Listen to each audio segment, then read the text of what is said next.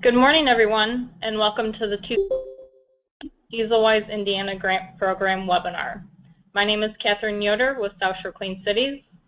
DieselWise Indiana and South Shore Clean Cities continue to partner on diesel emission reduction projects throughout Indiana. South Shore Clean Cities is a 501c3 nonprofit who is available to assist potential applicants for the DieselWise Grant Program, with over $75 million of stakeholder grants that have been awarded. This presentation is being recorded and will be available online for viewing at www.southshorecleancities.org. If you have any questions at the end of this presentation, you may write them in the question box on the right-hand side of your screen. I will now like to introduce Sean Seals, the Senior Environmental Manager for the Indiana Department of Environmental Management. Sean, go ahead. Good morning, everyone. Well, I hope everyone is doing well this relatively cool morning. My drive up to Northwest Indiana was pleasant, and I'm glad to be able to present some information on the 2016 DieselWise Indiana program. For those who may not be familiar with DieselWise Indiana, let me give you a 30-second background on where it came from and where it is today. The DieselWise Indiana program actually spun from a program that we initiated here in Northwest Indiana back in roughly the year 2000. And at that point in time, there was a lot of focus on the over-the-road trucking industry and truck stops and diesel idling, and we knew that there was an area to address and improve some diesel emissions. So there was an emphasis in Northwest Indiana, and we learned some wonderful things. There were some great lessons there, and those lessons have been transitioned into what we now call DieselWise Indiana. So with that, we'll go ahead and get started with the presentation. What we're going to talk about today, whoops, I need tutoring. What we'll talk about today is the 2016 solicitation. For those who have participated in years past, it's very similar to what we have done in the past. With some minor exceptions. It's pretty much the same thing. Matches will change a little bit, but we'll get into that down the road. The first question we always kind of ask ourselves as we look around and we see that, you know, not only are gasoline engines getting cleaner and cleaner, but so are diesel engines. So why are we focusing on clean diesel still? And as the slide tells us, the diesel engines continue to be the workhorses of the nation. And there are a lot of cleaner diesels out there, as we know, with some form of emission controls, but there is still that legacy fleet out there that continues to emit large amounts of nitrogen oxides, particulate matter, and air toxics. These can come from on-road diesel equipment like delivery trucks and long-haul trucks. They can come from agricultural and construction equipment. They can come from ports. They can come from the marine sector. These diesel engines last a long, long time in a great many places. The other component of this is that these are the emissions associated with diesel engines are linked to premature deaths and asthma, lost work days, and various other health impacts every year. And it's just a good service that we can all provide. So that's why we focus on doing what we can to clean diesel emissions. So in DieselWise Indiana, who is eligible to apply for this round of grant funding? Traditionally, the grant funding is pretty wide open. There are occasions where it may have some limitations due to the funding source, and those limitations may be for certain types of projects or maybe some certain geographic areas. But generally speaking, and specifically to this 2016 solicitation, as these two bullets pretty much tell you, everybody will be eligible. Public diesel fleets, which will include state, city, county, municipal, school, quasi-governmental fleets, but private fleets are also eligible in this round of funding, and that can be a variety of things, including long-haul, marine, locomotives, and construction. So this is a pretty wide open solicitation, and we've got a lot of opportunities for a lot of different folks. The types of projects that DieselWise Indiana will fund this year, you'll see two bullets that really kind of identify and sort of single out those acronyms at the beginning, and that's US EPA and or CARB. And these verified retrofit technologies and EPA and CARB verified idle reduction technologies. The reason that we look at EPA and CARB verified technologies is we need these projects and these programs to be using equipment that we know have been proven to reduce diesel emissions in whatever way they are intended to. And by knowing that they have gone through the formal EPA or CARB process, we know that the grant funding that we're putting on the street will have an impact improving air quality and lowering the diesel emissions. Now, retrofit technologies fall into a variety of categories, but the specific types of technologies that we usually are talking about when we talk about retrofits are diesel oxidation catalysts, which are basically nothing more than the catalytic converter that we have on our gasoline vehicles, but built for diesels. Diesel particulate filters, which are in a way like catalysts, but they're not so much a pass-through as they are more of a trapping and catalyzing process. And then closed crankcase ventilation systems, which have been relatively popular in the school bus industry because they can kind of clean some of those, I guess we could call them surprise emissions from under the hood in school buses and have a wonderfully positive effect on the emissions overall around the bus itself. Verified idle reduction technologies, these are basically just the different choices one can make that will allow the user of the vehicle or the equipment to turn that main engine off and use something else to provide the necessary power or heating or whatever it might be. We all know about auxiliary power units, the little power sets that go on long-haul trucks and some others that run in place of the primary. Fuel-operated heaters, they just kind of sip diesel fuel and will heat the cabin. Battery air conditioning, it's a more of an electric approach to cooling, and thermal storage systems, which are a little more complex but have a lot of wonderful advantages too.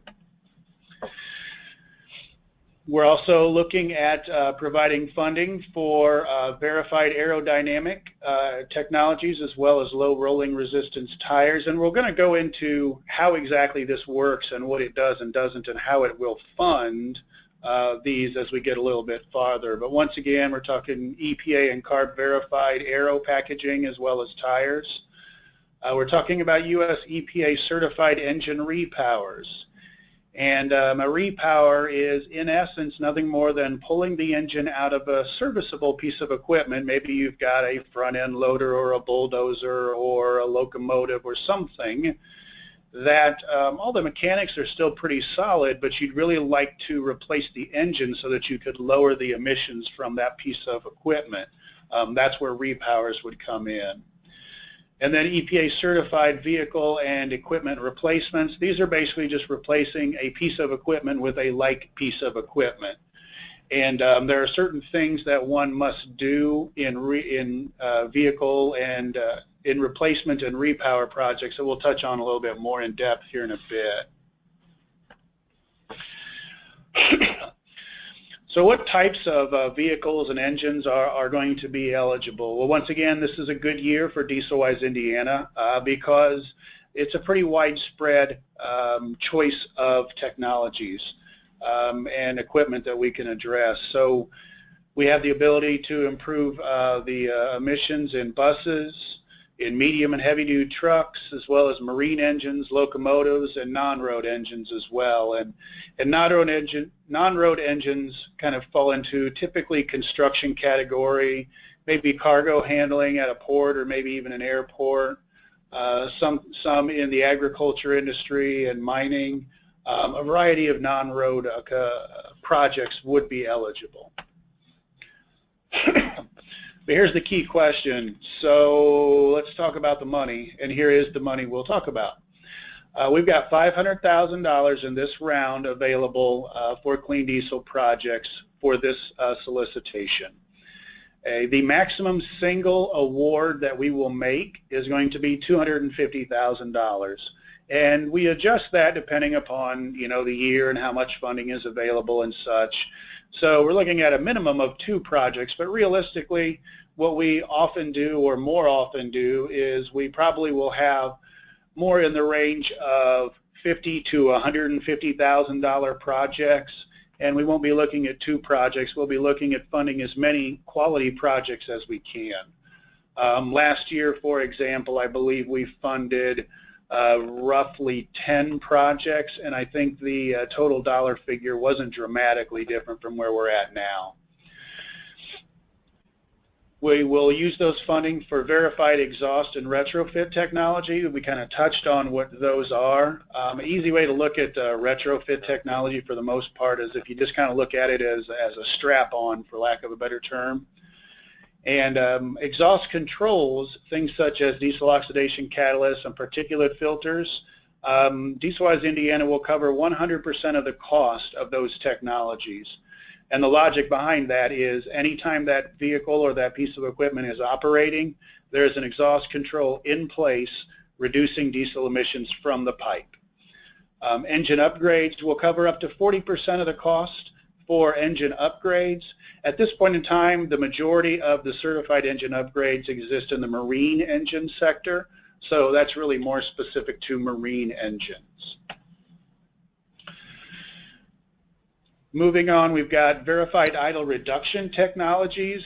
Idle reduction technologies were definitely, I would say, 3 to 5 years ago, that was the primary funding request that we got through DieselWise. And that was in large part because idle reduction technology is an approach to reducing diesel emissions that can actually provide an improvement in the bottom line for the business or the municipality, whatever it might be. If you're burning less fuel, you're saving more money. This year, consistent with US EPA's match requirements, we're looking at covering, in locomotives and in locomotives only, and we can touch on this a little bit, but in locomotives only, we're looking at covering 40% of the cost of idle reduction technology, and that's on an auxiliary power unit on a switch engine. And then when we look at idle reduction technology in the other sectors, we're looking at idle reduction with verified exhaust controls. Once again, these are those diesel oxidation catalysts or particulate filters or something like that. We will cover 100% of the cost if that idle reduction technology is paired with a verified exhaust control. So as the example that you see on the screen shows you, if you're looking at APU and you install a diesel particulate filter on a truck or something along those lines, we will cover up to 100% of the cost. And I think the check at the bottom, just take note of, and this will only be relevant for some folks, but APUs are actually only eligible on long-haul Class 8 trucks that are 2006 or older, and that's in large part because in California they have some different APU rulings out there, and there was a point in time, frankly, where the over-the-road truck engine was actually cleaner than the APUs, and that's kind of what drove some of those California rules. When we look at aerodynamic technologies and low rolling resistance tires, here we're looking at kind of the same thing as we were with APUs, and that is that we'll cover 100% of the cost of the aero technology or the tires if it is paired with a verified exhaust control technology.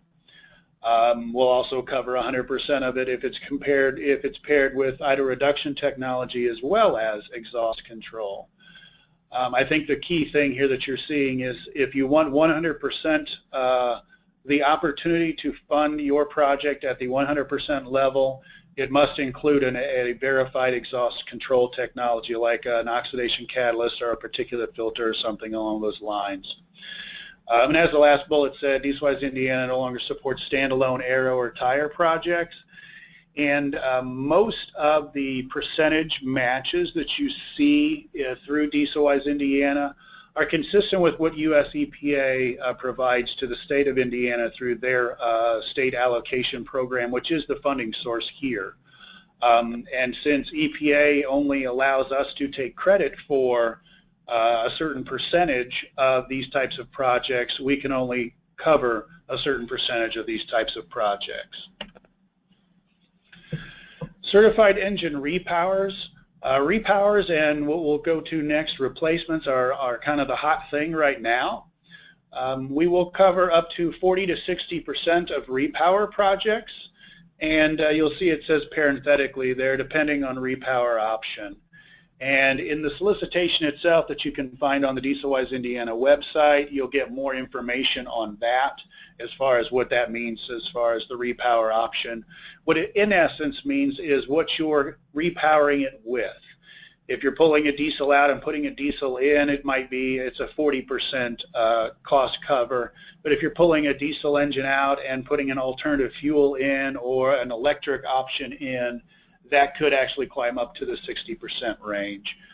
So the solicitation will be your guide for where your project might fall there. It points out to us that the repowers must include a complete engine and emission control system to the design specs of the certified engine configuration.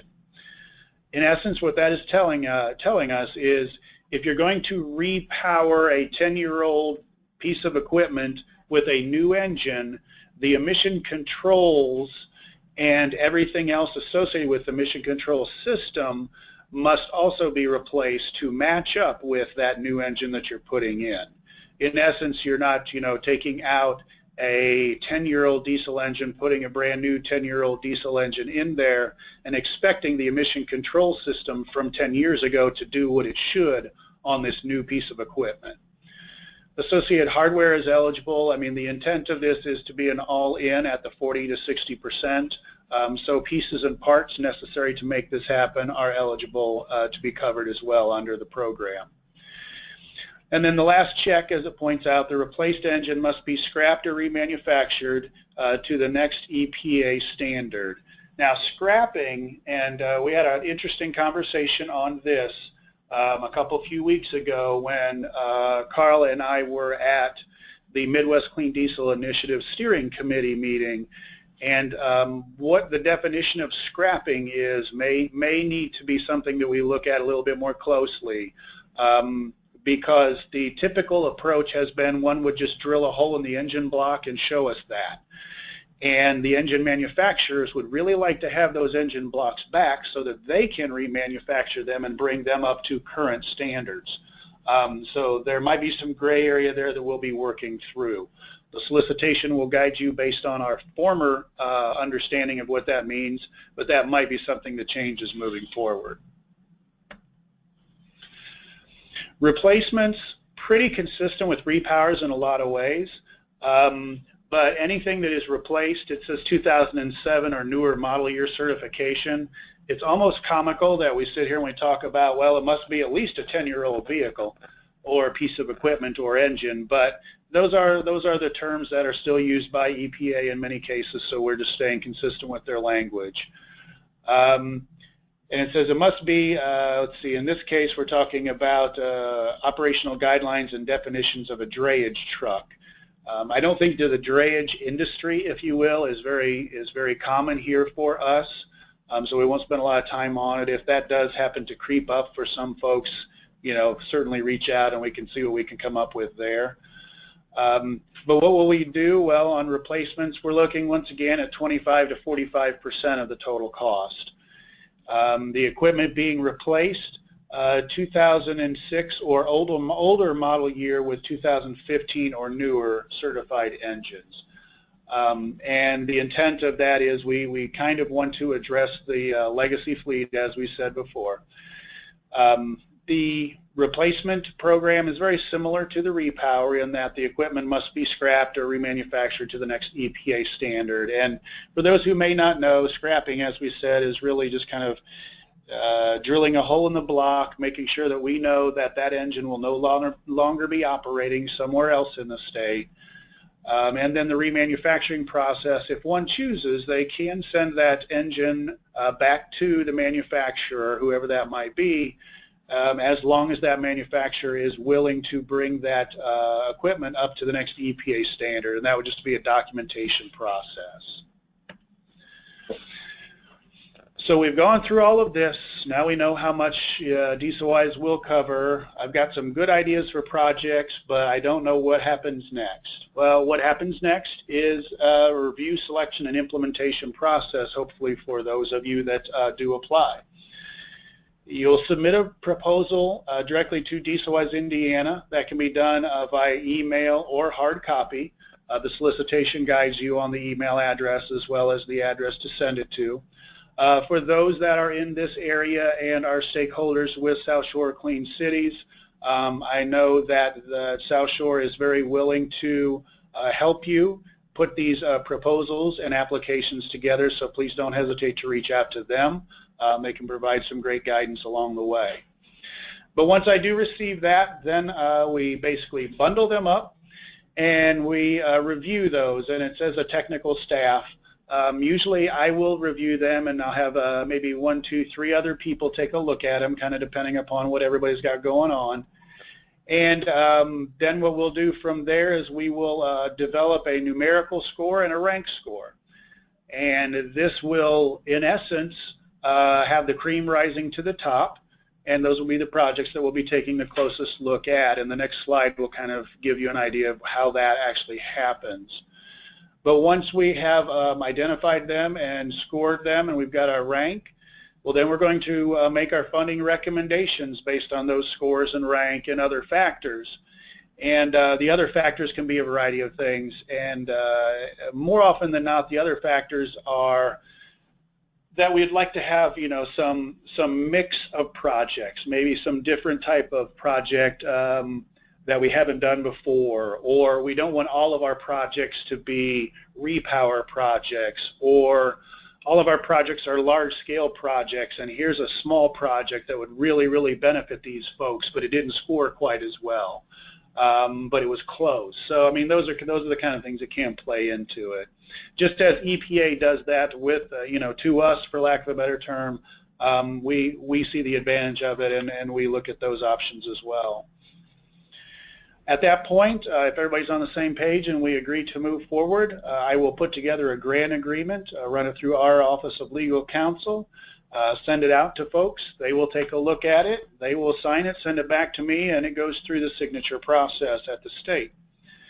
And the document and the grant is considered fully executed the date that the Attorney General signs that grant agreement. So at that point, you all can move forward with your projects, but you should not spend any money until the grant is fully executed, because if the grant is not fully executed, we actually don't have the statutory ability to reimburse folks for the incurred expenses.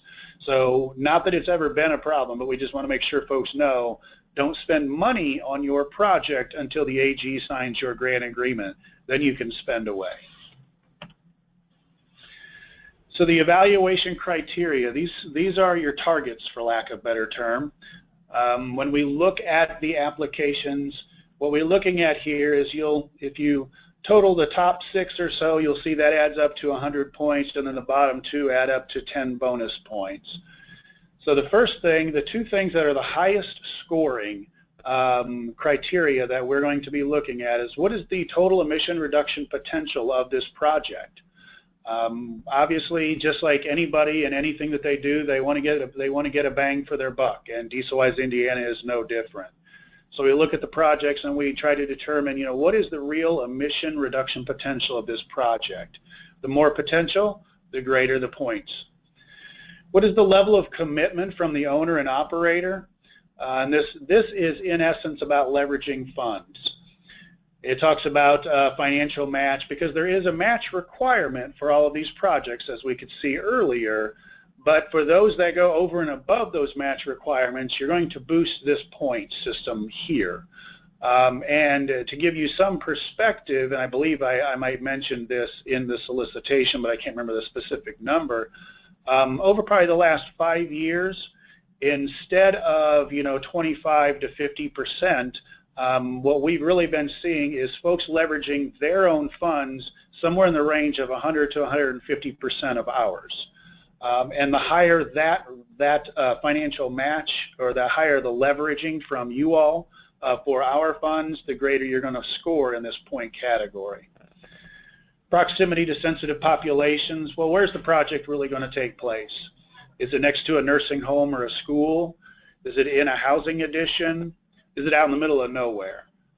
Those things play into it, and there are points associated with the direct impact that the projects can have. What's the term of remaining useful vehicle life? Obviously, any project that has emission reduction potential is fantastic, but if that emission reduction potential lasts 3 years as opposed to 10 years, 10 probably wins. If it lasts 15 or 20, that one's probably going to win. So that doesn't necessarily mean that short-term projects won't get selected. What it simply means is that, for lack of a better term, you know, a delivery truck that's used for 5 years versus a locomotive that's used for 25 years, the useful life of the locomotive is going to score higher in that 15-point scale than that delivery truck would. What's the reduction in fuel and oil consumption, other fluid and solid wastes? In essence, this is really about idling. You know, what is the idling potential? What is the potential to reduce fuel consumption, oil consumption here? What's the willingness to establish and enforce an idle reduction or restriction in use policy? You know, does your organization have a idle reduction policy or an idle restriction policy? If you do, be sure to tell us about that, because even though it's only 5 points, it's 5 points on the board. So let us know if you've got a program in place. Let us know if you're working on one, whatever it might be, because there are points there to be had. Then our last 2 bonus points. The first one is basically an Indiana economic impact opportunity, if you will. If it's an Indiana-owned and operated business, there will be some bonus points added in. And if it's an MBE, WBE organization, there will be bonus points added in there as well. Now, in addition to the $500,000 that DieselWise Indiana already has on the street, there is another thing being discussed quite widely, and it might have a little bit more than $500,000 worth of impact, and that's the Volkswagen Consent Decree and the Mitigation Trust. For those that have been hearing a lot about Volkswagen and think you know what the dates are going to be, or being told that, you know, this is when this is going to happen and that's going to happen and here's the next step after that, I guess I would just guide you and say that at this point we know one thing. Well, the first thing we know is that the types of projects included in the Volkswagen Mitigation Trust and are considered eligible in the trust are virtually identical to what DieselWise Indiana has been doing since the year 2000. And for that reason, we expect that the governor, whether it be our current governor or our next governor, will more than likely identify IDEM and DieselWise Indiana as the administrator of the Volkswagen funds. If that is the case, we will obviously be conveying information along the way, but we're doing that as well at this point. And I think, you know, coming back to the things that we know, here's the one thing we know. The court approved the consent decree on October 25th. That's it. That's what we know. If you're hearing things that sound like fact otherwise, they're not probably fact, they're just kind of presumption at this point. Because many, many things within the consent decree and the mitigation trust can and most likely will change between now and when we get to that next step, which is when a trustee is actually appointed by the court. So what you'll see is we've roughly 90 days from October 25th, a trustee should be appointed by the court. This trustee will be responsible for obviously rolling out this nationwide program. And once that is done, 60 days or so after that, states can submit certification to be the beneficiary. So at that point, that's when the governor of every state or area will say, this is who's going to administer this program on behalf of the state of Indiana. At that point, after then, the trustee has 120 days from that point to let folks know that this is the list of designated, approved, whatever beneficiaries. So in essence, they get them, they look at them, they turn them around, and they say, okay, that's fine. With this, within 30 days of the beneficiary list date, states can submit mitigation plan. This is actually one thing I'm quite sure, as I recall, that 30 days has been actually moved out to 90 days, as I recall the latest revision to the language that I have seen. And this is where I'm coming from with the fact that all of this is a moving target, so we want to kind of keep that in mind. Just keep your ears to DieselWise and you'll know what's going on as soon as we all do. And then at that point, there's 60 days from the time that they get the mitigation plan, they being the trustee, to saying yes, no, or maybe. And at that point, then we're looking at actually potentially rolling out projects. We don't personally, and by we, I mean IDEM, DieselWise Indiana, and our Office of Legal Counsel, which I've been working real closely with, we don't expect to really see anything of substance happening here that anyone needs to be too anxious or energetic about until probably mid-2017. So just kind of keep that in mind as we continue to move forward. So with that, I am done. Giving you a lot of information about DieselWise Indiana, a little bit of information about Volkswagen. We don't know a lot about that, so there's really not much more to say about that. But certainly open to questions, and Catherine is pushing buttons to see what kind of questions we have.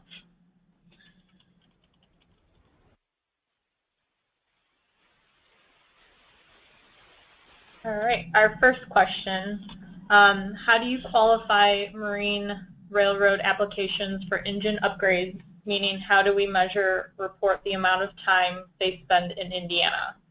How would you want us to verify this? Great question, and I know that the rail industry, when we're talking switch engines, is pretty easy. When we're talking not switch engines, not as easy. I would venture to guess that, and I don't know this, but most of many of the rail industry, as well as the over-the-road truck industry, has a lot of GPS data for tracking and logistics that they use. I would see this as a pretty good option if that exists, just to show us this is what our data tells us. This is how much we're in Indiana. This is how much we're in Michigan, Illinois, wherever. So just provide us whatever you can, and we kind of take it from there. We understand, and one of the things that I personally think is great about DieselWise Indiana is that I am a one-man show. And when I say I think it's great sometimes, and I think it's terrible at others. But generally speaking, it's great for you all, because if you have any questions, comments, or concerns, they all come to me, and I'm the one that's going to answer them. So if I don't have the right answer, I can always find it. So that's what I would recommend. If you've got that kind of data, use that kind of data. If not, just give us the best you can based on whatever you've got. There's nothing that we expect specifically. All right, thank you, Sean. The next question is, can a municipality qualify for bonus points? Municipalities, typically, when we look at these and score them, we do qualify them with points in that category. So the answer is yes. And another question is, if you are eligible, when do projects have to be completed? These projects will need to be completed by, and once again, what I will say is the timelines that are typically in DieselWise Indiana are driven by the timelines of the EPA funds that we're using. And the funds that we're using in this case are set to expire, so to speak, from EPA September 30th of 2017. So that's what you'll see in the solicitation, is September 30th of 2017. However, what I will also say is that these are primarily DERA funds, and if the DERA program continues to exist and move forward in time, as we expect that it will, then those funds typically continue to stay in the books, so to speak, and we do have the ability to provide some reasonable grant extensions where need be. It's not uncommon for a project to run into something they didn't expect and maybe run a 3-month delay, and it's not a big deal for me to put through an amendment to give you another 3 months, maybe even 6 if it's a serious issue. Another question, which I will answer, will this PowerPoint be made available for viewing? Yes, it will be on the South Shore Clean Cities website, and it will be sent to all the viewers that were on the webinar today. And we'll wait another minute if anybody else has questions.